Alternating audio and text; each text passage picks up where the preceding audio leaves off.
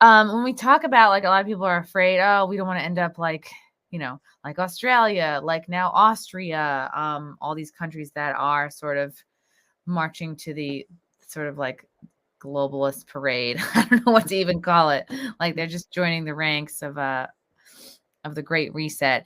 And you mentioned in your conversation with James and Clint, you're like, look, like, the thing that's keeping America from turning this way is really the Bill of Rights. So I was wondering if could you explain a little bit how the Bill of Rights is like saving all of our asses right now?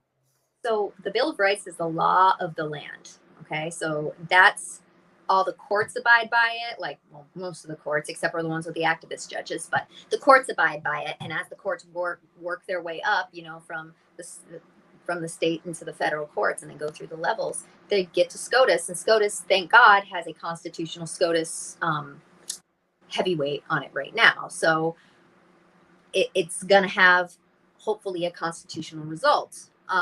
So Bill of Rights, we have the First Amendment, we have the free speech, and we have the Second Amendment, we have the guns, we have the quartering of the soldiers, search and seizure, we have all the court stuff. Then we have the Ninth Amendment, which is my favorite, which is, if we don't mention it, it's still covered, is essentially what the Ninth Amendment is. Like, what? I've never even heard of the Ninth Amendment. Yeah, exactly. This is my favorite amendment, and it just does not get the credit it needs. It essentially, everything that they said, everything that they made a law, an amendment for after the Bill of Rights could have just been done under the Ninth Amendment. It's essentially saying, we're not going to articulate this, but if it's a human right, it counts, So wow.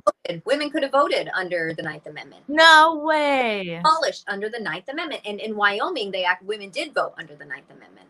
So, I mean, the Ninth Amendment's amazing.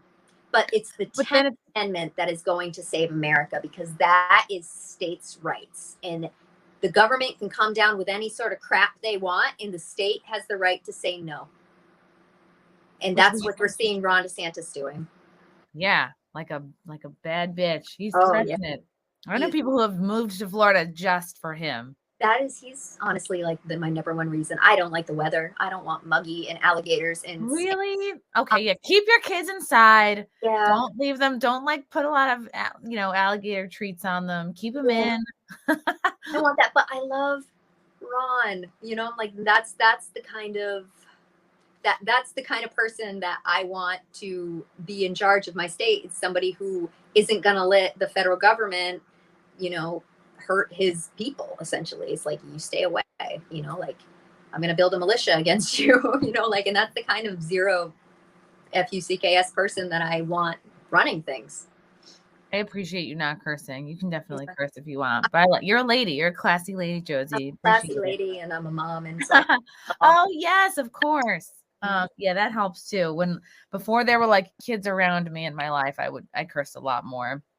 But that's interesting about the Ninth Amendment. Do we then run into problems of who gets to decide what is a human right and what isn't?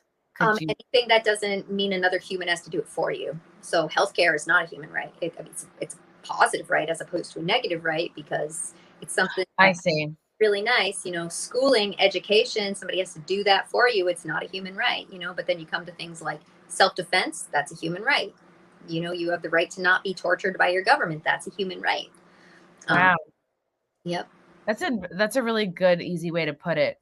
Like, if someone else has to do it for you, then it's not a human right. Like, it's nice. I mean, yeah, I would love if somebody would take me to an island vacation every year, but then that requires someone else. Exactly. It requires somebody else. If you can do it within yourself, it's a human right. Yep. The human right is I could take myself there because I don't need anybody else to do that. Right? Is that a good example? I don't know. I just really need a vacation. Right, too.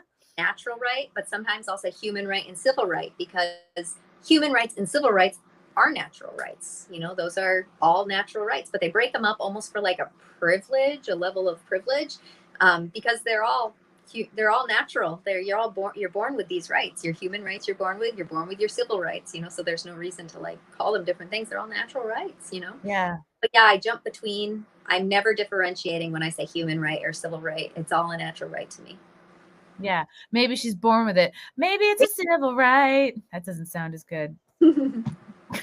And now what we're seeing with the mandates, I feel like they're sort of crumbling a bit, although I'm worried at the power of like the private corporations' ability to intimidate. Well, they've already intimidated and coerced a fair amount of people to get the jab.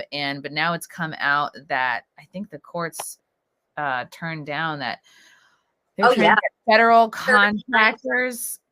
Now they no longer need to get it because that sort of fell through. Because what you were saying in these, a lot of this is sort of breaking apart in the courts. But can you explain that a little bit? Because it's why are corporations like, why are they able to get away with so much coercion when it is falling apart in the courts? They have certain rights as a business that the government can't infringe on. So you can go work for a business, and if they say you can't work here unless you get vaccinated, that's their decision and their private company, and you know, blah blah blah, whatever. We're seeing a lot of that, and that's the excuse. Oh well, they're a private company, but a lot of these private companies are subsidized by the government. A lot of them, you know, we're going to see are probably going to get tax breaks for this. You know, so they're being propped up by the government, and if you need the government to help you exist, you're probably not a private company, and you should stop using that line. Like, just own that you're a tyrant, you know, like, don't tell me you're It's like the people whose parents pay their rent. It's like, stop calling yourself an adult. All right. Exactly. You're not an adult. You're not even a renter. Your mom is. Ugh. No, have a little bit of respect. Seriously. Yeah, it's like that veil of independence, and really it's like, yeah, you're being propped up by the government. You're doing their bidding. Yep. That's how they get a lot of that. That's why they get more control and overreach than they should have.